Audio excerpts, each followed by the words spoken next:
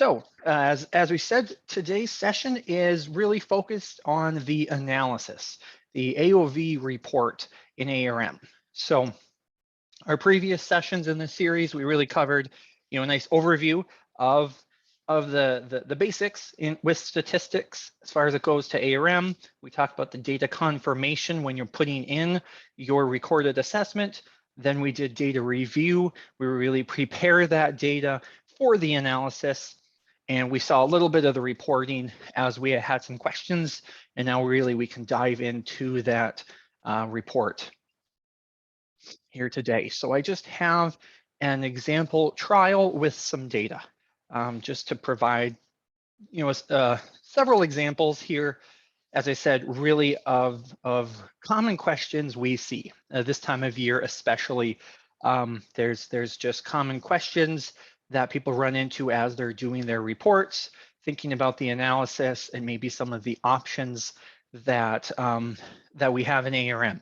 And it's a lot of times it's a matter of finding the option because there's so many of them. So hopefully this will be a nice compilation of the common ones you'd want to look for as we kind of just demonstrate the reporting step.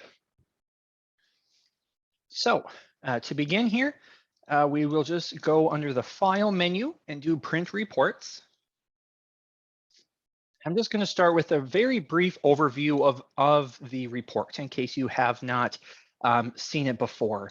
And so in our print reports, so I have to resize this a little bit, in the summary section in the list of available reports on the left, we have an AOV means table. And so that is really the primary report you'll use as far as the analysis goes. We spent a lot of time talking about the ANOVA or the AOV analysis, and that is what is performed here with this report. So without much further introduction, I am just going to preview this report and just show real briefly for those that haven't seen it before, what we really get with this report. And so I scroll down a little bit. The heart of the report kind of centers around your treatments, not too surprisingly.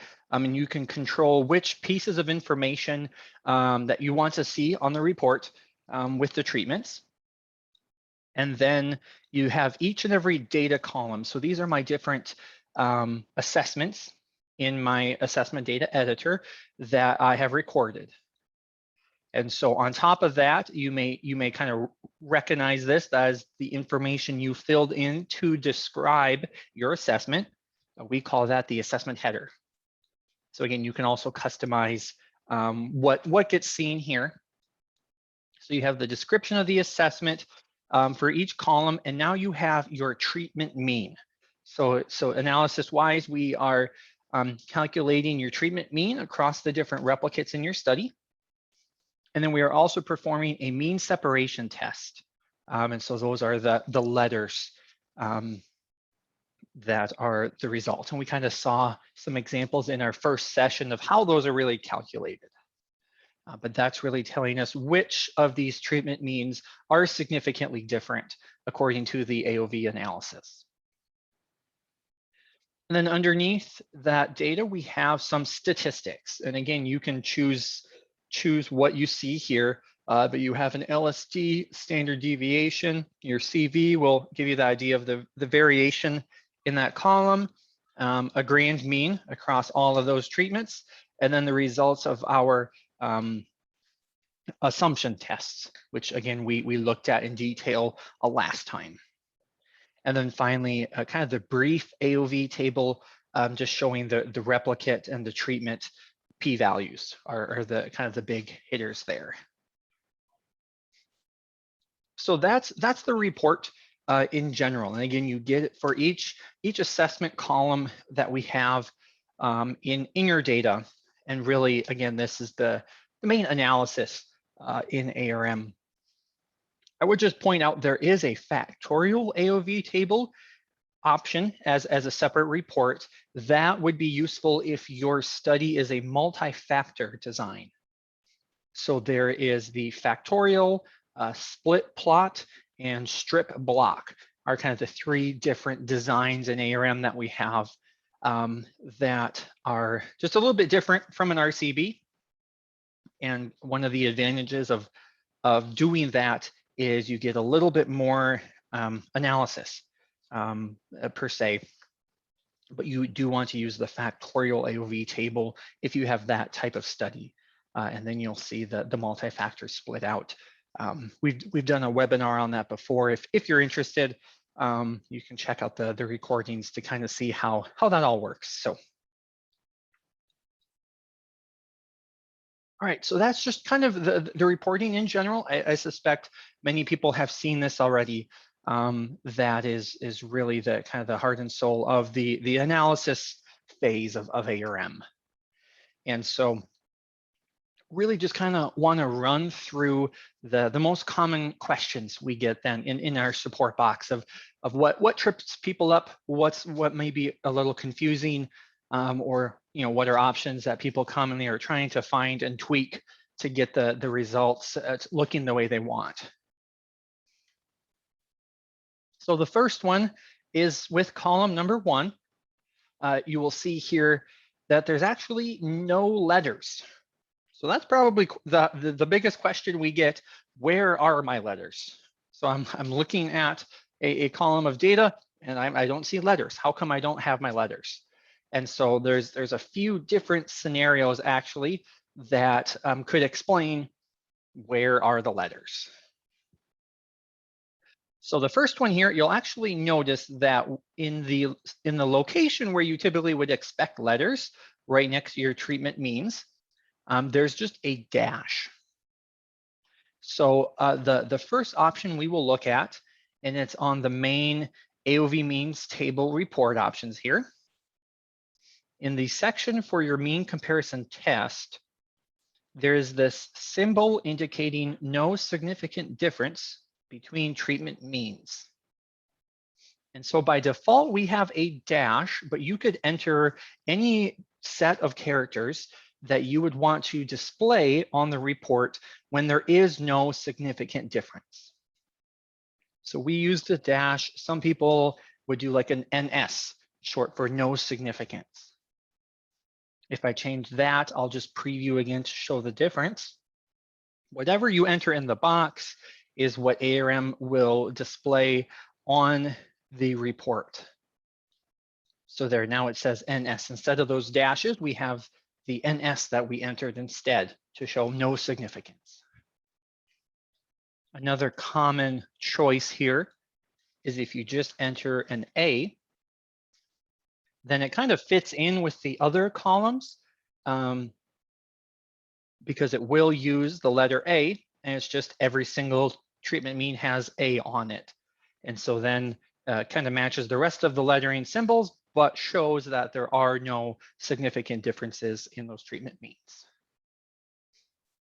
So those are probably the most common symbols, but certainly you can feel free to use whatever you would like there in that option. And again, just to point that one out, that's on your main AOV options. It's the symbol indicating there's no significant difference. And I think you have up to 4 characters that you can put on there, just depending on what you would want.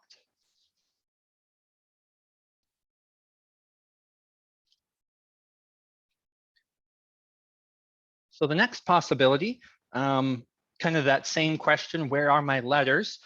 Even still looking at data column 1 is, well, okay, so now I have my letters, but they're all A. How come I don't have a difference? I would be expecting one based on the results here.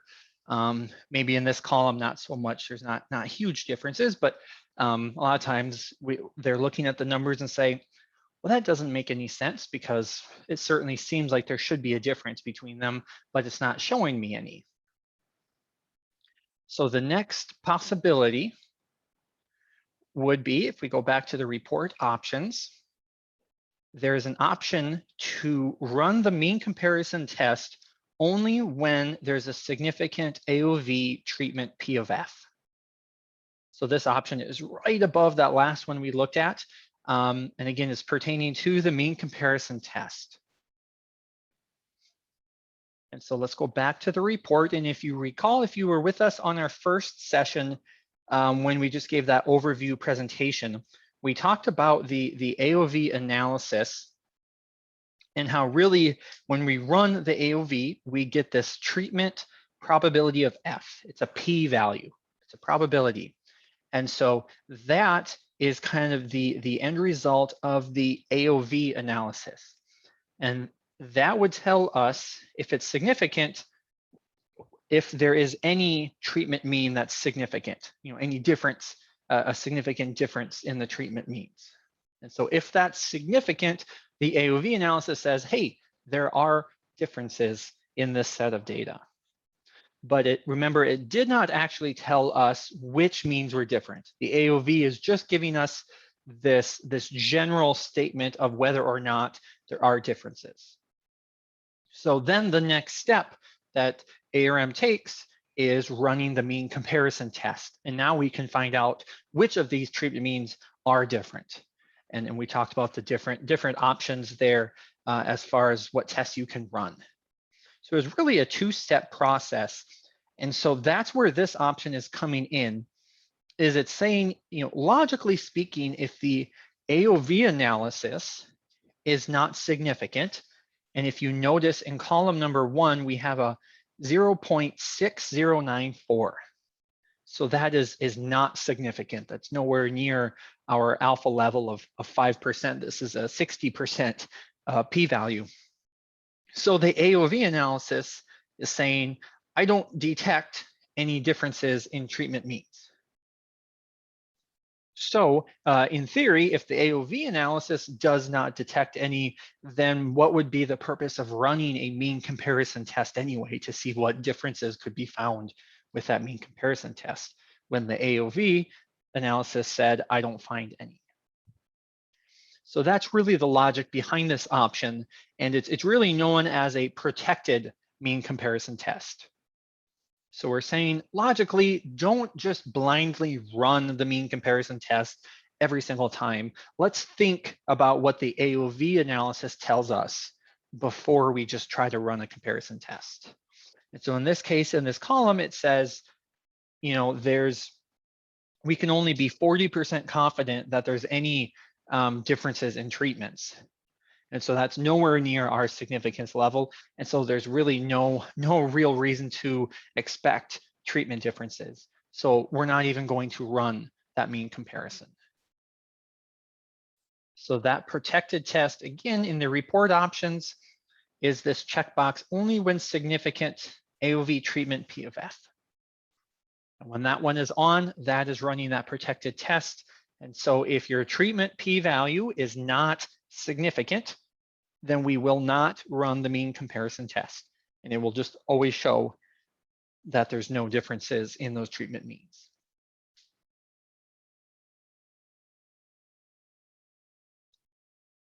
And so we do have these different mean comparison tests. And as I understand it, our statistician, Peter, we were kind of talking about this a little while back. As I understand it, the primary purpose of this option, this protected test, really was designed and targeted towards the LSD mean comparison test.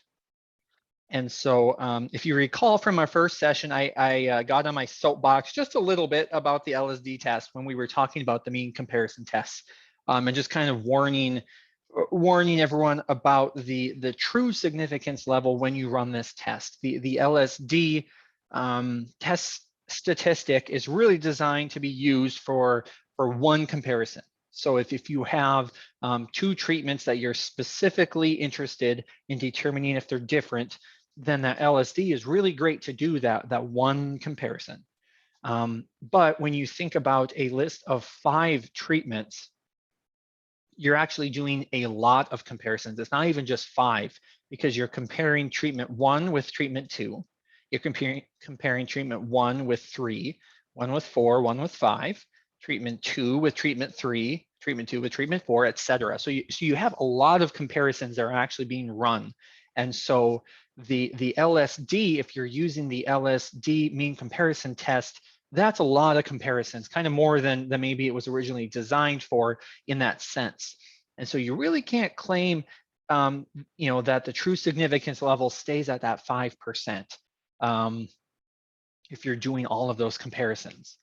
And so you really, again, it's really increasing that chance of the type 1 error where you have a false positive, which in some research is just fine if you're really just kind of investigating a bunch of different options. That's just great. Of course, if you're going for registering a product, you probably need something a little more conservative. So there's kind of a time and place for everything, but that's really where this option comes into play, most especially is with the LSD. It certainly can be just fine statistical practice to have that on with some of these other options. But if you're running the HSD, maybe even the student Newman tools, those are a little more conservative in the test. So it isn't strictly necessary that you have to be using this protected test if you're not using the LSD.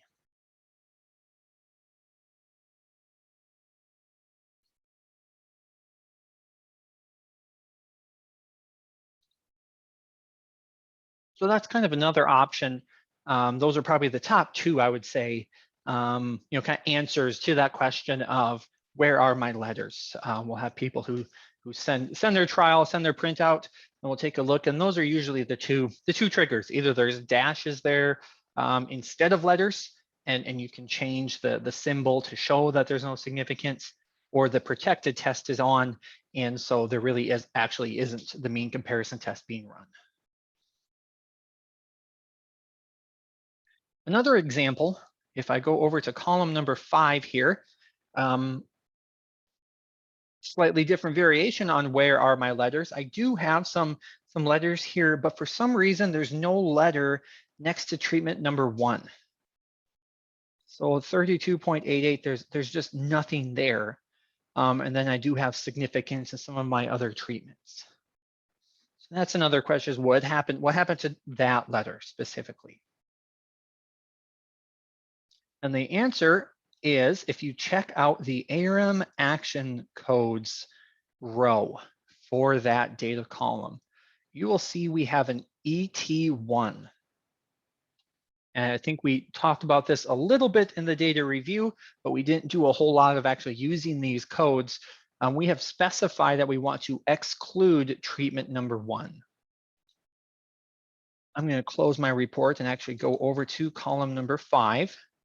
And in the action codes row, we have ET1.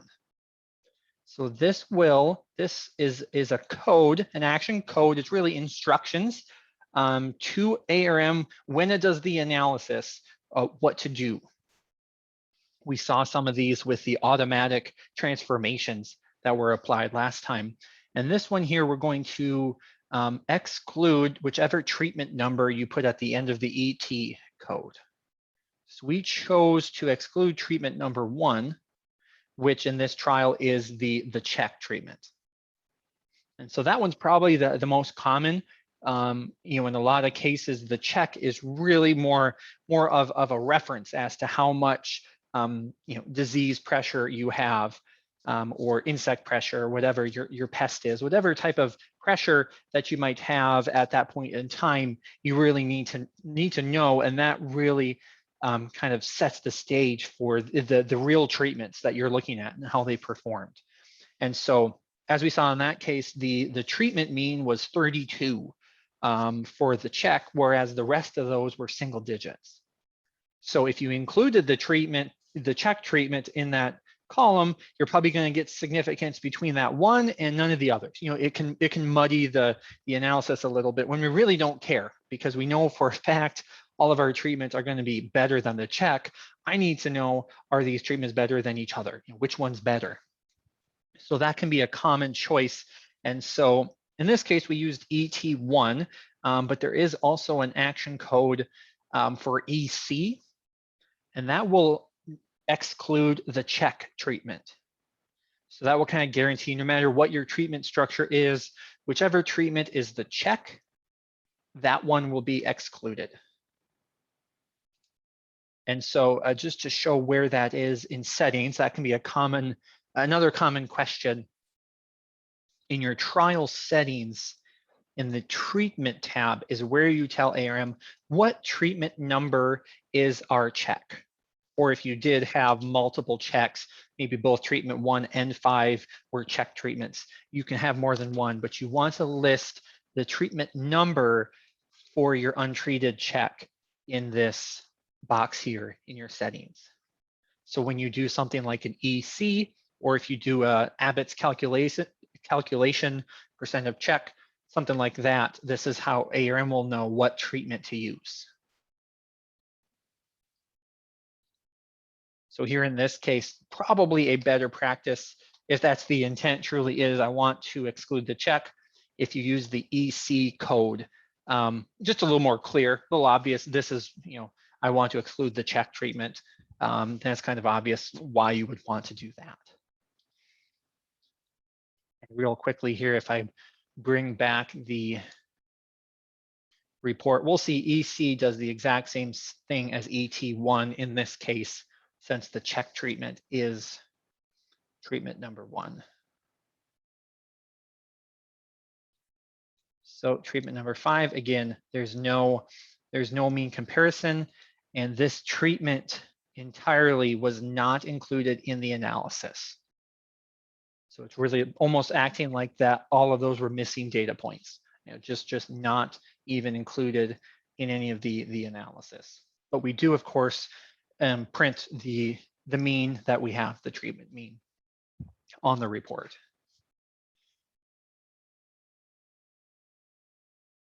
So just checking a couple of questions here that came through. The analysis method, that'll be a great question here. So in the report options, they're noticing this analysis method.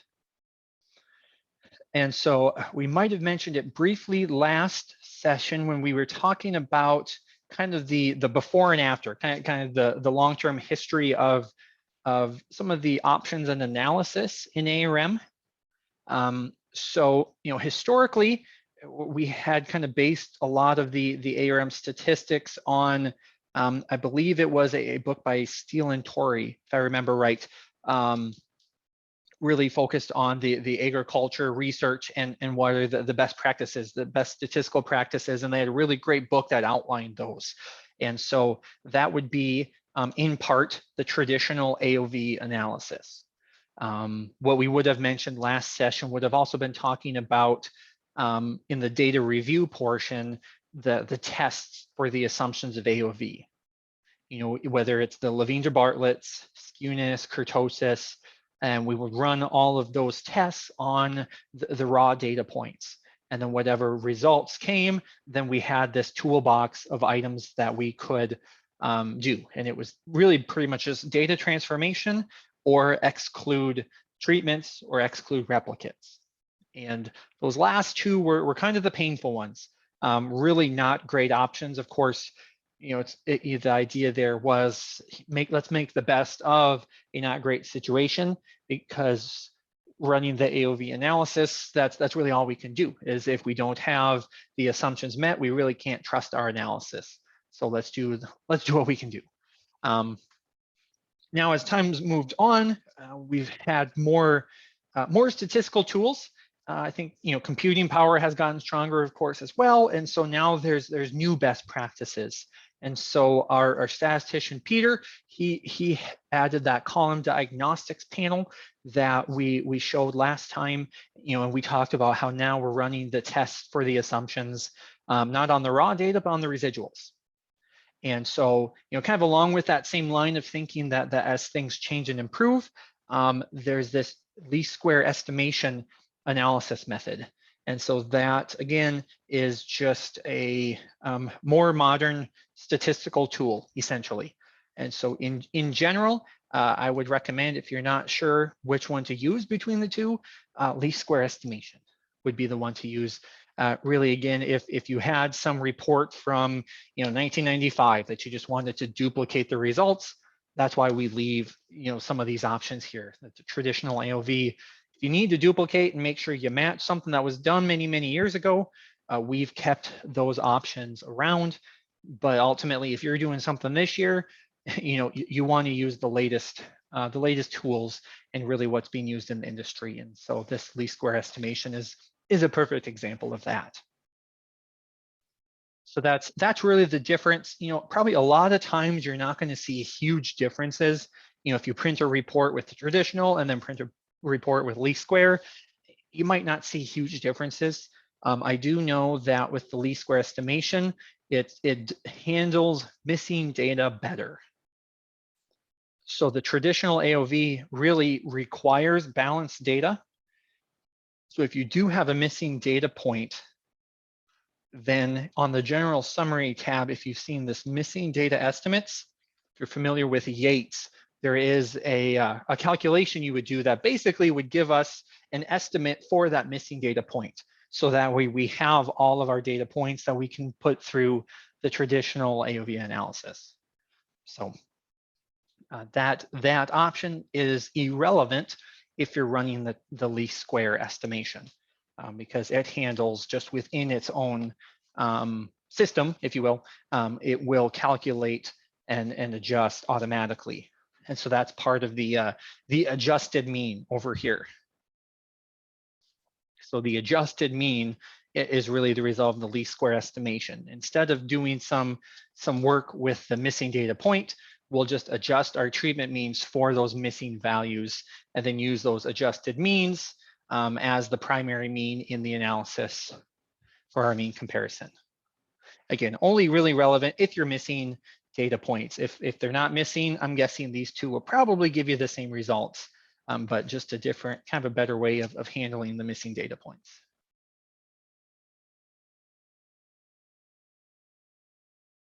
So that's a really great question for the analysis method itself. And also kind of, as you can see, the complexity of all the different options in the report. And that's really why we like to hold this webinar, because there's lots of options and they all kind of interweave with each other and they're related to each other. And so it can be a little tricky to find your way through the different sections. So hopefully that helps clarify a little bit and not just make a bigger mess of following all those options. But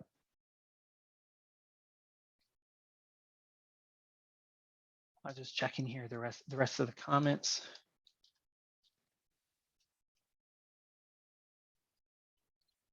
So the AOV runs in the treatment. So yeah, just to emphasize here, the AOV analysis is taking your raw data, and we calculate these treatment means.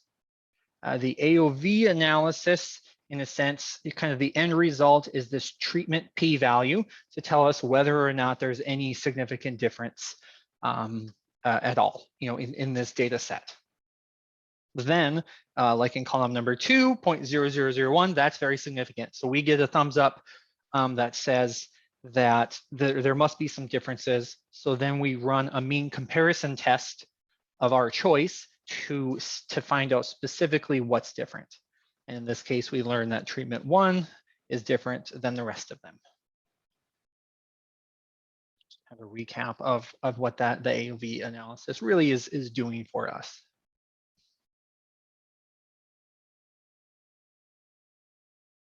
So those are some really great questions.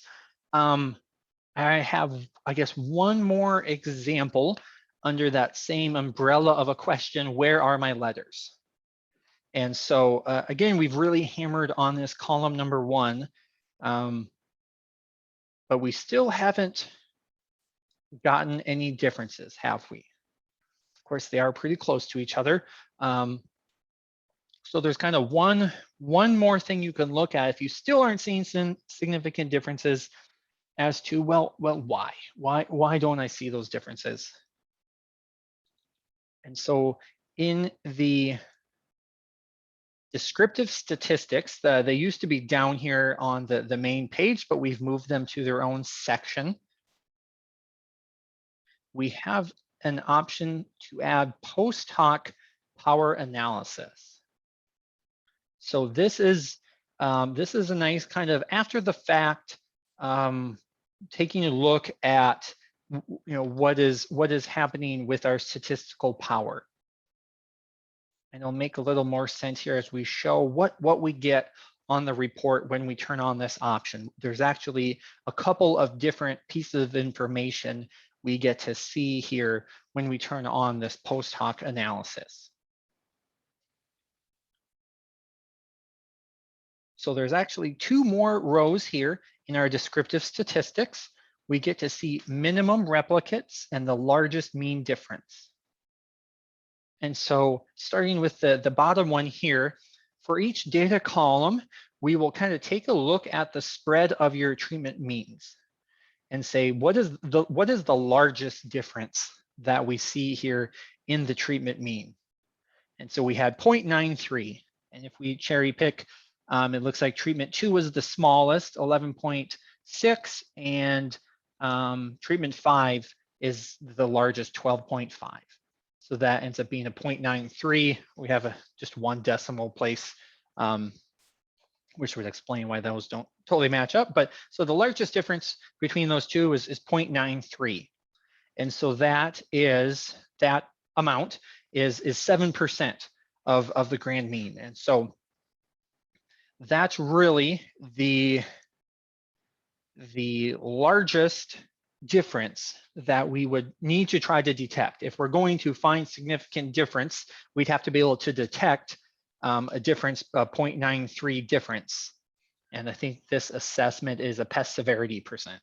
So I mean, less than a 1% difference is the actual amount of separation that we need to be able to detect if we were going to have any significant differences. And so that's a 7% difference in the means. And if you compare that to the LSD value here, so that's just kind of our handy shortcut for comparing any two, any pair of means, we can see the 1.46 is really 13% of our overall mean. And so the LSD can only detect a 13% difference. But the true difference we would have need to have found was 7%. So it's just too small of a difference for us to detect. If we compare that to data column 2, where we did have significant difference, you can see the largest difference was 14.5. And so that's a 300% of the grand mean, and our LSD is sitting at only 3. So it was very easy to detect that large difference. And we can see that the treatment number 1 is so much larger than the rest of these.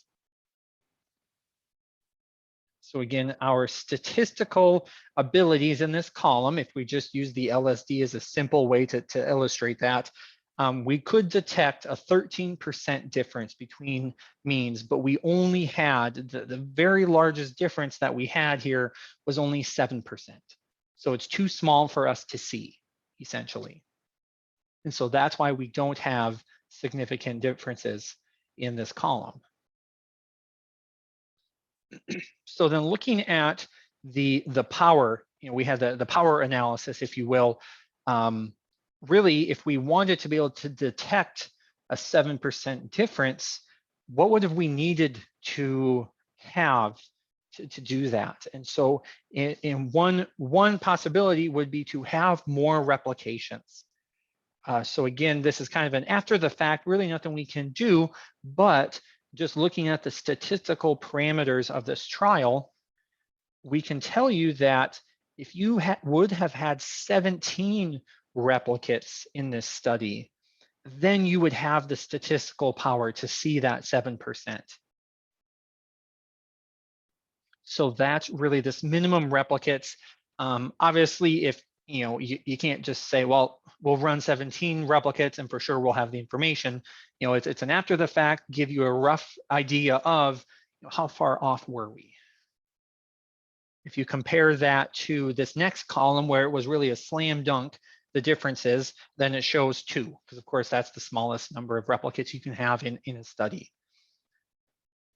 And so again, this post hoc is just a nice explanation of kind of the behind the scenes power that you have with the statistics here in in this trial. You know, and you can kind of get a sense of it with your CV a little bit, as well as just how much variation was there. That's definitely going to affect your ability to detect the differences. And so there is in the settings, and I'm just going to show you where it's at. We won't really show all of the calculations, but in settings on the design tab, sorry, it keeps popping off my screen, there's a power and efficiency calculator. And it's really the exact same thing we just discussed on the report. It's the very same calculation. And you can just use this table to do kind of the same calculation that we did. If our CV in that column was 7, you know, you can lock it down and say that was our CV for that column was 7, and we only ran 4 replicates. We'll only be able to detect a 15% difference in means. Or you can unlock the replicates and do the calculation that we saw and say, what was our mean difference was an 8, then you know, if we needed to detect an 8% difference, or maybe it was 7 for us, if our mean difference was 7%, then that means we would need 17 replicates at the statistical parameters to be able to detect those differences.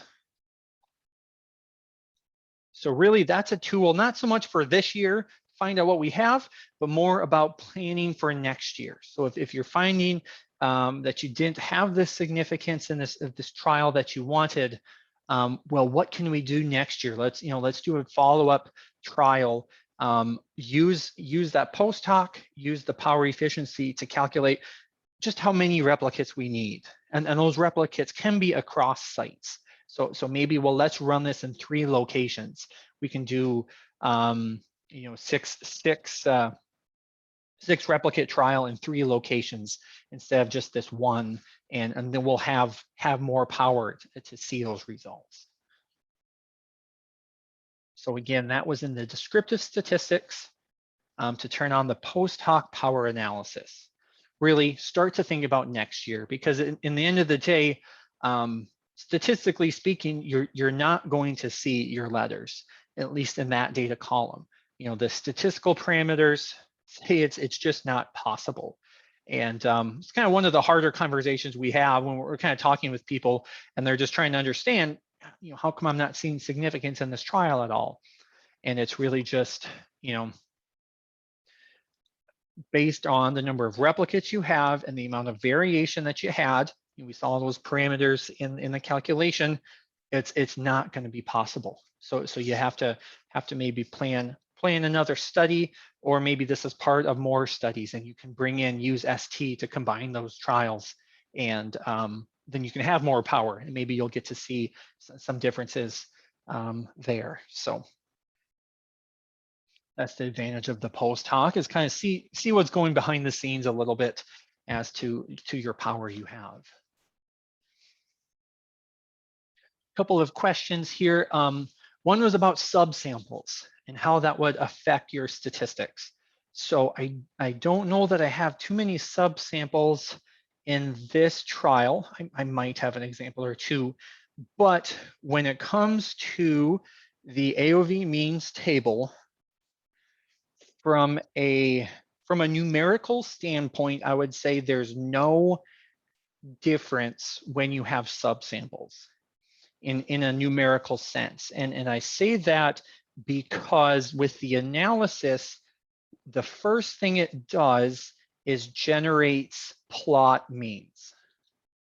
So actually, let me see if I have subsamples. Most of these have 1. So let me just create a new column with 3 subsamples, just to visualize something. I'll just put in some numbers just so we have to visualize.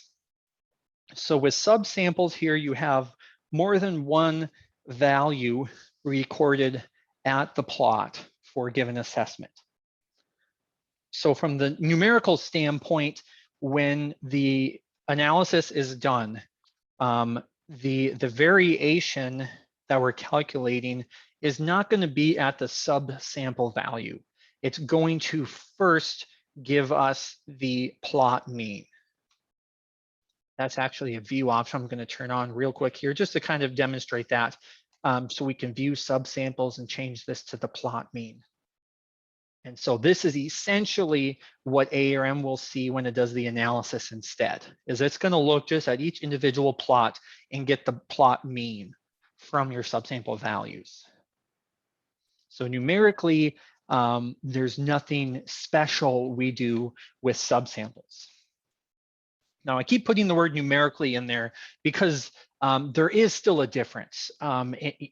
Because the whole, one of the main reasons you would do the subsamples could be maybe there's a lot of variation in the, potential variation if you're counting bugs or, something that occurs kind of at random.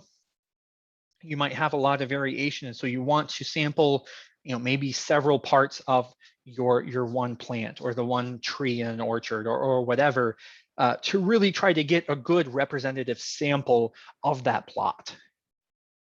So if you are counting something that could happen very randomly and you just happen to pick a branch that's got tons of bugs on it for the one plot, is that really representative of the whole tree?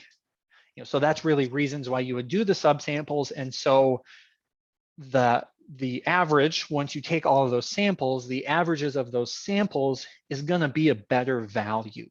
That's going to be more indicative of what truly happened in the trial. So I would say that still subsamples definitely affect your statistics in that way. That's the reason you do the subsampling. But the numeric answer is we aren't doing anything numerically different with subsamples because we immediately get the mean of those subsamples when we do the analysis. So hopefully that helps. Just to clarify that. Definitely, we definitely don't just ignore subsamples in that sense. They definitely impact the results, but just not in a numerical fashion because of the way that the stats are run.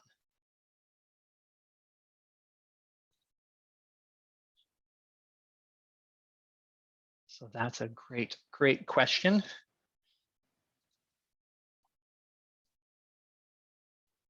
Next question I have is looking at column number 4.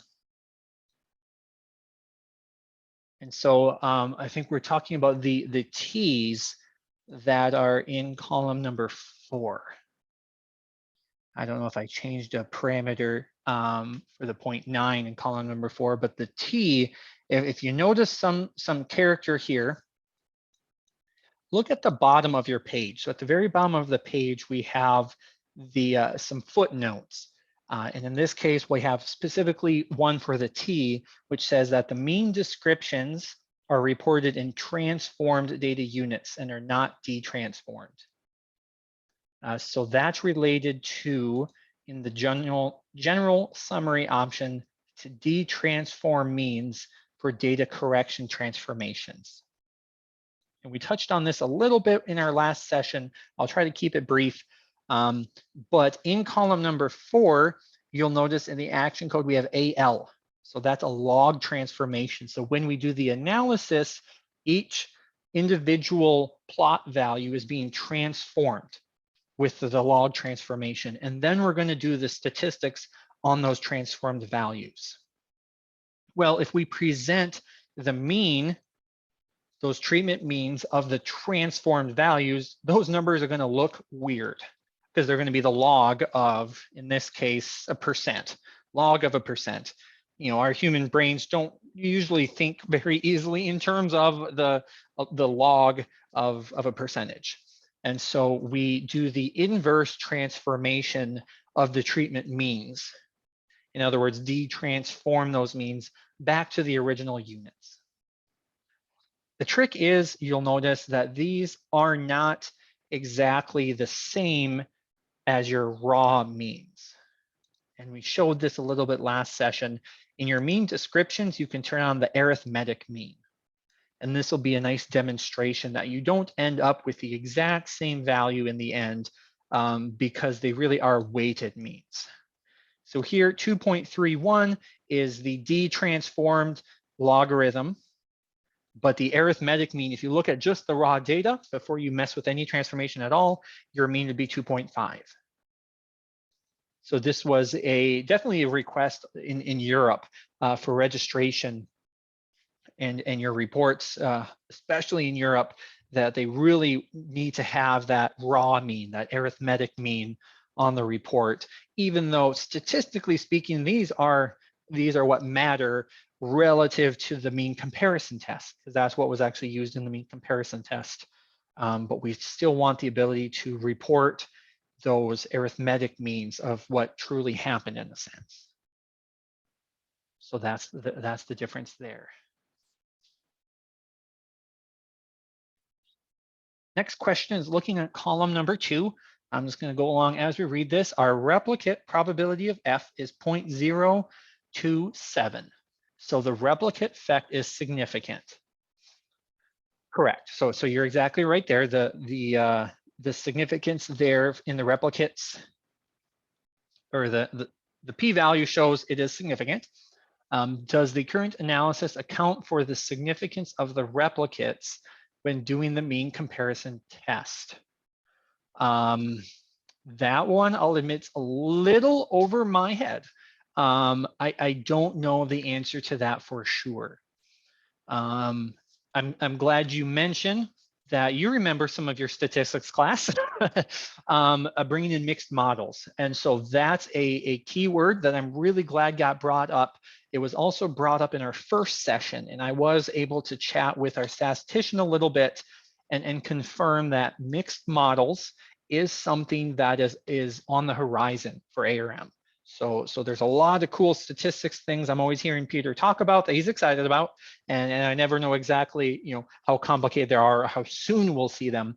Mixed models is one that he is very close to actually being able to have as a feature in ARM, to the point where he's actually kind of looking for beta testers, if you will. So if you would like to try out, if you've got a desire to kind of see some mixed models in ARM, he would love to have some contacts that he could get a hold of, run some ideas past, here, maybe try this test version of ARM where you can put in this action code or run this report. I don't know exactly how that mixed models will live, but he would love that. So if you're interested at all, if you want to send us an email to our support box or something, we can get you on Peter's list for the mixed models as we start to add some of that in there, and just to make sure we're covering all the bases, all the different situations. The statistics, it's quite a daunting task to cover all the possibilities you can have with data to make sure the analysis does it correctly. So the more testing we can have, the better. So the short answer to your question, I would say, is if the mixed models kind of deals with the significance of the replicates more, I would guess that currently we don't do a whole lot with that. But in the future here soon, maybe we'll have that mixed models as an option. So, but that replicate probability of F can be useful for knowing if your blocking worked. So again, last session, we talked about some of the spatial models and how you could use that on the column diagnostics panel. Your replicate p-value could be an indication of when it might be a good idea to try some of those. This is kind of column by column, so you really would want to look at kind of the most significant columns of data, the most representative data of your trial, as to determining whether you should or not. But really, you can tell with this replicate p-value here that the blocking did not work in this column. And if that was really the case for all of your data, that would be a sign maybe we should look into a spatial model and see if we can find some more information about what happened in the field. Kind of throws out the blocking structure. So it's not something you jump to right away, but tools in the toolbox essentially that can be done on the column diagnostics. And there is actually a reporting option to run some of the spatial analysis too.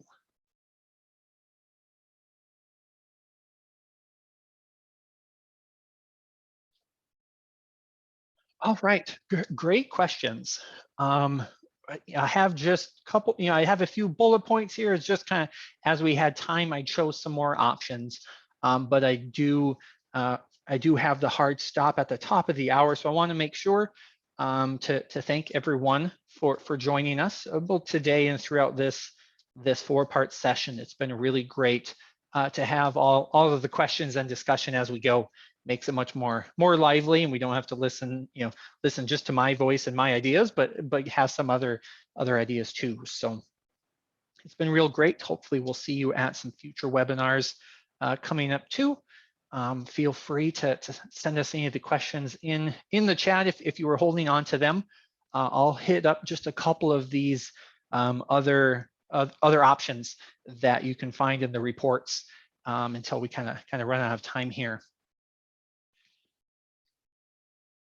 And a question here, have a tabulation between entries. Oh, yes, that's a great question. Looking at the data header. So you'll notice, for example, my rating unit, minimum and maximum. I have the unit and then the minimum and maximum with commas in between. That is a new option, or I shouldn't say option, a new feature, an enhancement we have in the latest ARM version.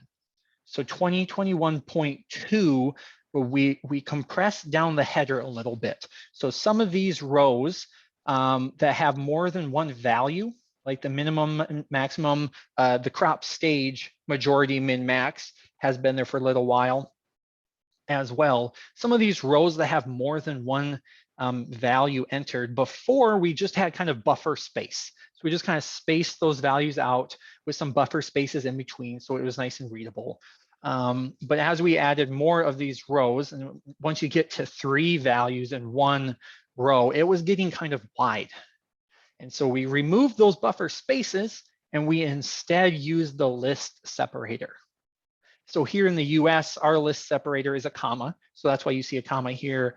If you're in Europe or another region where you usually use a semicolon in your list, that's what you'll see there. It really is just your Windows region settings that gets used for that value. So run a update, check your updates, and the 2021.2 will have that available. Next one was just a comment on the mixed models, kind of dealing with both random and fixed effects.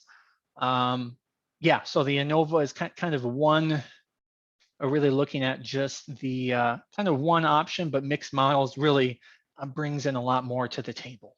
So that'll be great. And there was a question about the office hours, and I kind of meant to bring that up, and I kind of keep forgetting when we're on this page. We do have kind of a regular scheduled webinars. We also been holding kind of these informal, I call them office hours, kind of to mimic in our universities. Our professors will have a time where students can just come into their office and ask questions. So that's kind of what we modeled this off of. So we have these office hours. Peter Clausen, our statistician, he has one Friday mornings, and I do Tuesday mornings. We just pretty much turn on our Zoom session and see if anyone joins, asks us questions. Had it running pretty well in the spring, and then I think as the research season got kickstarted, everyone's busy and didn't have time, so it's been pretty quiet. But certainly, if that's something you would be interested in, we have a registration, but that's only really for a way for me to get you the Zoom session details. I definitely don't want to post the Zoom links online and have random people join, but feel free if you're interested. This Tuesday, normally it would be actually right after this session.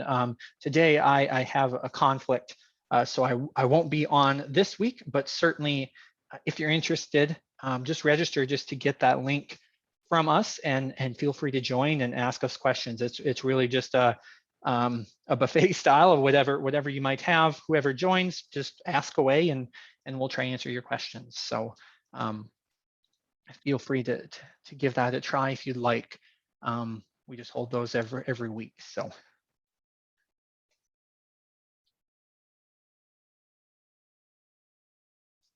All right, and I'm just going to read my bullet points. I don't have time to show you all of them, but they are options that you can find if you're looking to customize some of the components. There's a lot of options for choosing really how this report looks. And so you can choose data columns that you want to include on the report, and that also allows you to change the order.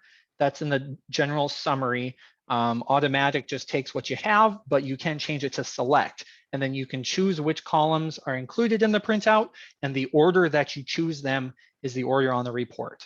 So that gives good flexibility. The exact same situation with the data header rows.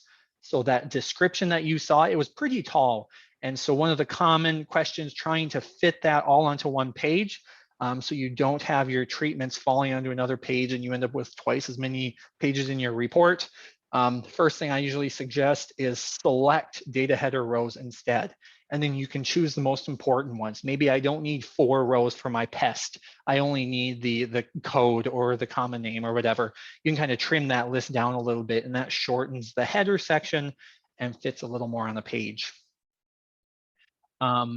You can set the number of decimals of accuracy. That there's an option here to force the number of decimals accuracy to, and so you could have however many decimals you would want. You can set that in this option, and that would do it for all data columns. There is a number of decimals row in the options or the action code right underneath the action codes in your header too, to set that. And you can also sort your treatments with the mean sorting option as well. So we're pretty much at the end of our time. But again, thank you all for your questions. Ran through some things real fast at the end. So if you have any follow-up questions, feel free to send us an email and we can point you in the direction for some of those options. So again, thanks everyone for joining.